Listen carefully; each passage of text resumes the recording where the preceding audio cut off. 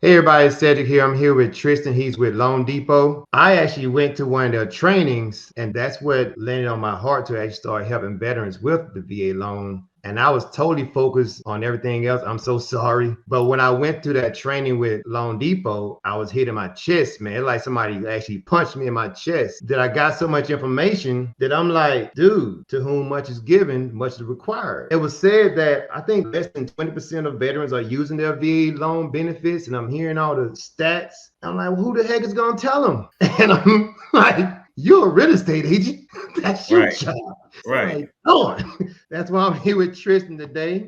We're going to try to shed some light on this subject. Tristan, tell me a little bit about yourself, a little bit about your background. As you've already said, my name is Tristan Wesley. Originally from Fort Lauderdale, left Fort Lauderdale, Florida, joined the Army in 2001, got kicked out of the Army in 2002, went back into the National Guard in 2004, came back on active duty in 2008, and medically discharged/retired in 2019. So I've seen the gamut of not being able to have your VA loan to now having the VA loan, and I specialize in VA loans as a former Sergeant First Class of the United States Army, 15 Quebec, air traffic controller, 40 Oscar, and also spent 2 years as a civilian air traffic controller. Walk me through, because I'm always curious about the backstory. When you got out from the military, did you go straight into air traffic controller after that? I did. I was double dipping for a while. I went through TAPS or whatever it's called now. Went through that program, already had a job lined up, got my job offer on a lunch date. Actually, I was on a date and got my job offer. It was a great date. My man. Everything went well that day, but double dipped for a while. I had a good transition because I had an MOS that was readily able to be transferred out into a civilian job. I got a job right there at Bliss Radio over there at Fort Bliss, working as what's known as an AIC specialist. There's a whole lot I can talk about when it comes to the system of air traffic control in general, but I was able to do that, got promoted in that job as well. And then that's when I decided this was too much. I didn't want to do it anymore. So you went from air traffic control, where you go after that? So from air traffic control, my facility chief, his wife was a teacher and real estate agent. So when I told him I wanted to become a real estate agent, I became a real estate agent first. He kind of helped me study on our downtimes, or we didn't have a busy traffic day or whatever. He would quiz me on some of the stuff that his wife knew and everything. So he kind of helped me out. He encouraged me to get my license. He encouraged me. Shout out to Kevin. You know, he did his thing as my manager. And then from there, I met Mr. Tony Caruso out in El Paso. He was pretty much a heavy hitter, God rest his soul, out there. He told me I was too smart to be a stupid realtor, and I'll never forget that. He encouraged me to go get my license as a mortgage loan originator. I was able to call on him. He helped me as well and kind of gave me the ins and outs and the details of being an MLO. None of this would have made sense for me if it weren't for me going through my own home buying process as a veteran. Okay. So that's what really prompted the real estate and the mortgage loan originator. That was the motivation for it. What did you learn going through that process as a home buyer? What made the light bulb go off? What did you learn? Going through that process as a home buyer, I was a cog in the wheel. I was just a number. Didn't really talk to my loan officer much or at all, which now as a loan officer, I kind of get why. Not so much that he was just a bad loan officer. He was busy, right? But now understanding the process, he had a process, but what I was looking for was someone to talk to me. This was my first time buying a house. I didn't feel like he accomplished that. And so I decided, well, you know what? Fine. I'll just hop in there and do what it is I wanted to do. The same thing like becoming an NCO in the Army. I used to think that my leadership was just trash, and then I became an NCO, shot up the ranks, become a senior non-commissioned officer. And then the next thing I know, I'm doing the opposite of what I felt like I got when I was junior enlisted. Same mindset. I'm going to do the opposite of what I felt like I got when I was going through my process. What is the VA home loan? The VA home loan guarantee is a benefit that all service members earn while they're on active duty. There's a sheet that I could provide, but there's certain benchmarks that everyone has to meet, whether it's active duty, reserve, or National Guard. But it's a benefit that is earned from honorable military service. I didn't know that the general public has no reference to the VA loan. Like, they looked at me like I was an alien. And she like, VA loan for like old people? When you say VA loan, there are people that think it's only for old people. They don't realize that you can use it when you're like 18 and you're serving in the military. Yes. So I think most people think of veterans as older people, right? 41 years old here, for example, soon to be 42. So people think of veterans as older people, but we forget we've been at war for the last 20 to 25 years, really since the USS Cole bombing in 2000. Through the 90s, we were at war. We were in Kosovo. We were in all these different places. So you have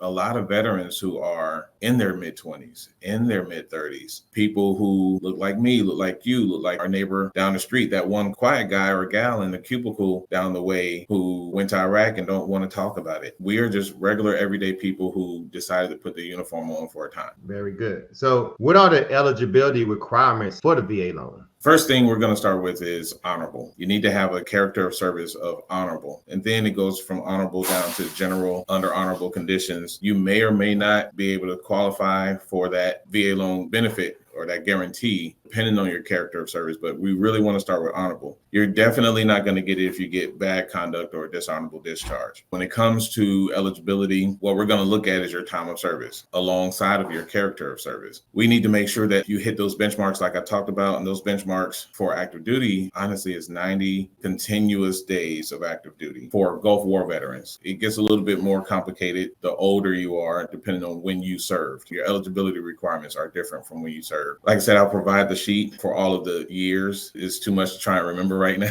but the biggest thing is your character of service. As long as your character of service is right, we can talk about the different time requirements, but you need to serve honorably. What makes the VA home loan affordable? The amount of money that you're going to save over the life of the loan, whether that's a short term or long term. You don't have a down payment. Now, you do have a VA funding fee, which we'll talk about a little bit later, but no down payment. Oftentimes with different state programs, like here in the state of Texas, you have the Texas Home for Heroes program with the Texas State Affordable Housing Corporation. You might even be able to get closing cost assistance depending on your eligibility and your credit score.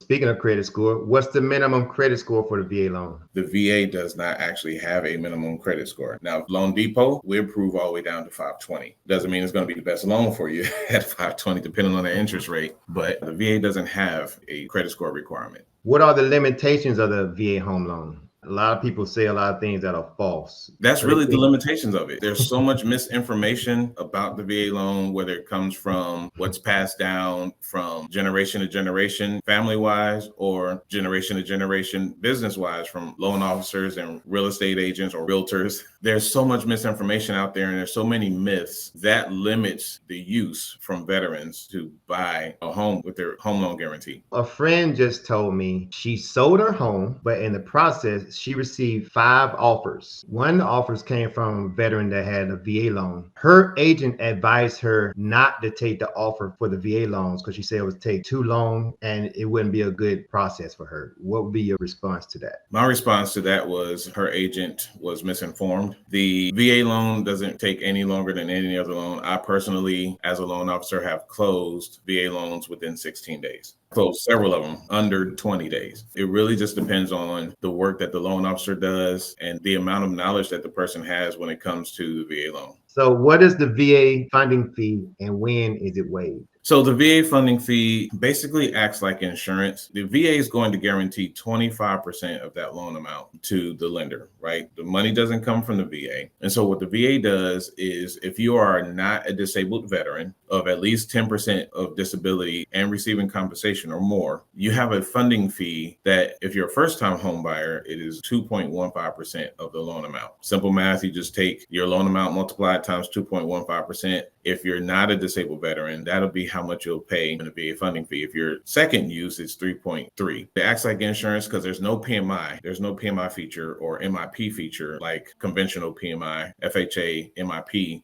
like those two loan programs have. VA doesn't have that. It's like an upfront insurance that comes with the loan. Now to waive it, going back to what I was talking about with being a disabled veteran, if you're 10% or more disabled veteran, you will have that waived for a lifetime. Also, if you are not a disabled veteran, but you have applied for your disability prior to closing on your home, you are eligible to receive a refund when you become a disabled veteran. What is the certificate of eligibility for the VA loan? The most important document that you will have in that process. It is the absolute most important document. The certificate of eligibility tells me as a loan officer, one, are you a disabled veteran? Are you exempt from the VA funding fee? If you are a disabled veteran, it also tells me how much you're receiving in disability compensation, but it also tells me how much eligibility that you have with your VA loan. Have you already used it? If so, how much has already been used? Have you had a foreclosure? It tells me everything I need to know about you as someone eligible or not eligible for a VA loan. What is the debt to income ratio for VA loans? The VA loan does not actually have a debt to income ratio requirement. With that said, the more debt you have, it makes it a little bit harder to get a full approval, but we've approved loans with 87%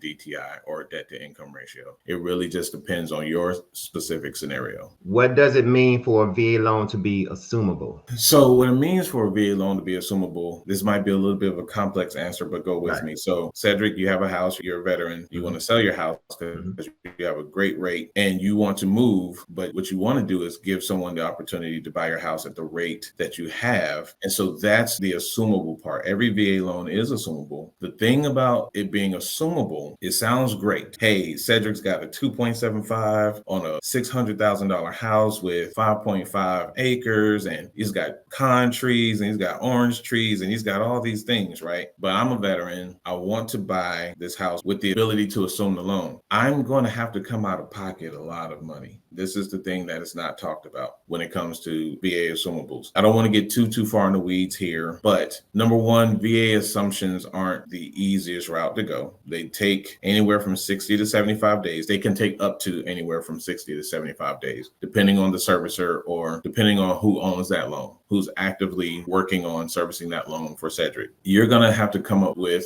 a significant down payment in order to assume that loan. And that down payment looks like the difference. I want to be very careful here because I only like giving out information I can actually derive from my memory. I'll just put it like this. The likelihood that you will have to come up with a significant down payment is high, like 90% or more. What are the typical, well, I think you covered it, but I'm just curious, what are the typical closing times for VA loan? 30 to 45 days, like most loans, like all loans. Can it be closed sooner? Yes. Can it be closed later? Yes. It really depends on several factors. Property is a factor. You, the borrower, are a factor. How you show up, right? If you have an 87% debt to income ratio, we might not close in 30 days. We're probably not going to close in 16 either. We might close in 40. The appraisal, I know that's one of the things people love to talk about when it comes to the VA loan. They say, oh, the appraisal takes longer. The VA appraisal, once the appraisal is ordered, it has to be completed within 10 business days. If you are working with your loan officer and you signed all your documents as quickly as possible, and your loan officer is able to get the appraisal ordered before day 6 of the loan, guess what? 10 business days from that puts you at day 18, 19. And as long as the appraisal and the title information is back, you can close that loan,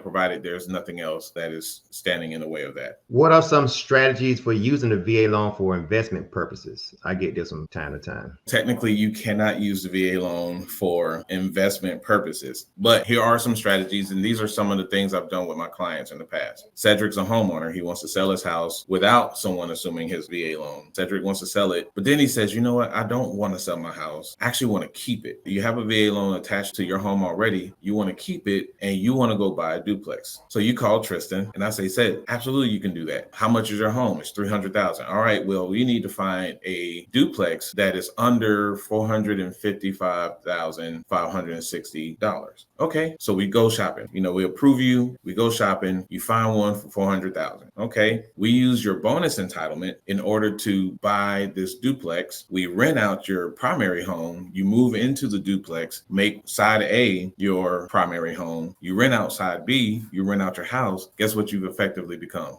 Your landlord. You become a landlord, you become a real estate investor, and depending on the interest rate and how much you're paying for duplex, you might be living for free. That's what I'm talking about. Oh, house hacking. Okay. House hacking. Is it legal? Absolutely. You have to take possession of the property that you're buying. Unlike conventional loan, for example, if you wanted to buy an investment property, conventional loan, people are already renting, so on and so forth. That's another strategy. But this side, utilizing your VA loan, you have your primary benefit and then you have your bonus entitlement as well that you could use to tap into other properties. And that goes whether you're on active duty, whether you're veteran status, you can utilize your VA loan multiple times to buy multiple properties and still have those loans active. So you got two service members, husband and wife, both veterans. How can they combine their VA loan eligibility? Say you want to buy a $2.5 million house. The VA loan does not have a limit. The counties do. So I'm going to go back to that 766,550. That's the county loan limit, but the VA doesn't have a limit. So let's just say $2 million home, both want to use $1 million. You're going to use half of each person's entitlement. But let's say they're not married, but they're veterans and they want to buy a fourplex that has an office. So it's technically 5 units, which would make it a commercial deal. But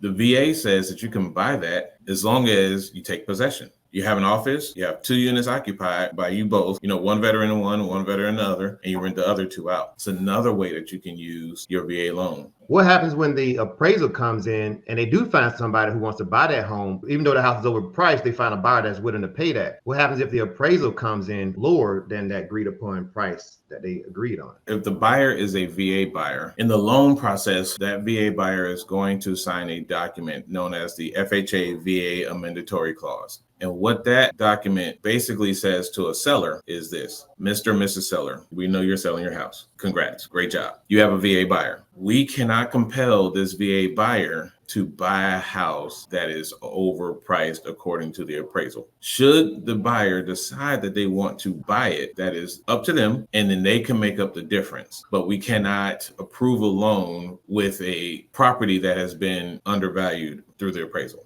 Okay. So that VA amendatory clause helps that buyer. And if the seller actually reads it, they will understand that it's not so much that the VA buyer can't buy the house, because oftentimes VA buyers have more money for down payment, more money for closing costs, better credit scores. The average credit score for VA home loans is 680. Veterans, they can get out and get good jobs. So oftentimes veterans aren't in position to make that. I would say that a lot of times they don't, because they have great representation. Can a veteran buy a foreclosure with a VA loan?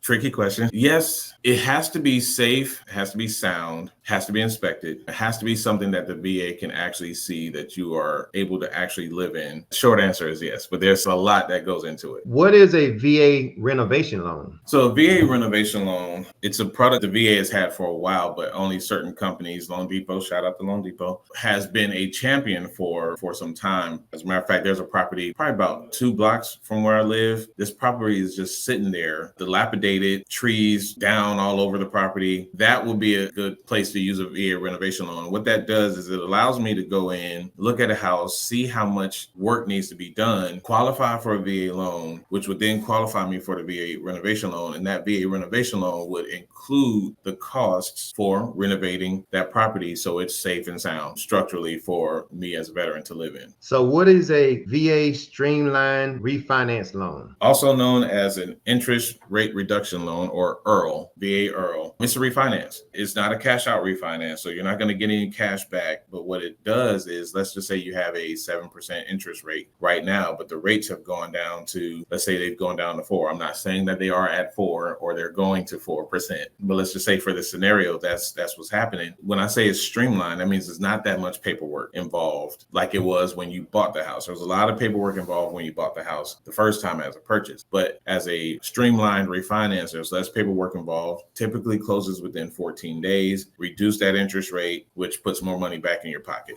Are you familiar with the Texas Land Board? Yes, I am familiar with the Texas Veterans Land Board. So the Texas Veterans Land Board, they're a lending institution that is specifically for Texas veterans. You're not going to find it anywhere else. And what they do is they seize land and then they auction it off, and they allow you to buy it up to $150,000, but you have a 5% down payment requirement. But typically they have really low interest rates when it comes to buying land from them. The regional vice president, if I remember correctly, just met him recently. He was telling us a story about one of the veterans he was working with found 10 acres, had a cabin on it, had hunting areas. They bought the property for $111,000. He put 5% down, so about $5,500. They got him a 5.8 interest rate on the land, and he plans on building it. He plans on building on the land. That's what the Veterans Land Board does. They have two parts to it. You have the veterans only auctions, and then you have the public auctions. The veterans get to go first, and then the public gets to auction on it, even if they're a veteran or not. So it's strictly for land, not for your home. Is for residential land, nothing commercial. You can't buy it and want to put 10,000 mini glamping tents on it.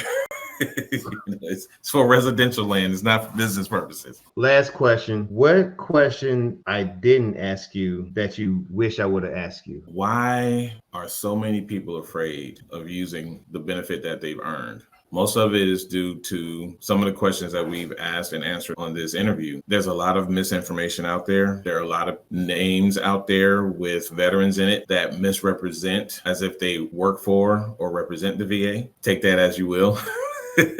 There's a lot of predatory lending out there. There's a lot of predatory realtors out there who are concerned with their check, not so much the veteran in and of itself. Veterans, we're just not given the information. But I will say we live in an information age. If you have questions, first, research. Second, call somebody on your research and get clarity and understanding, and then make your moves from there. What your granddaddy and them knew, what your mama and them knew, what your auntie and them knew. Let me go to this side. What your tia, tío, abuelita, abuelito, what they know for veteran loans is different now. There's a lot of different things that have happened and have changed over the years. So get current information and get current understanding of what's taking place in the marketplace. Make sure that you're not being fed a myth. Make sure everything that you're being fed is fact. Man, Tristan, that was perfect, man. We might have to bring you back on later. So, all right. Thank you. Did you want to give out your information, or is it up to you? Yes, my name is Tristan Wesley. Again, I was LoanDepot. You can email me at twesley@loandepot.com. Again, that is twesley@loandepot.com, or give me a call at 334-828-3790, or my new Google number, 281-716-5643. I prefer you if you call me on my Google Voice number. That is my business line. So that number again is 281-716-5643.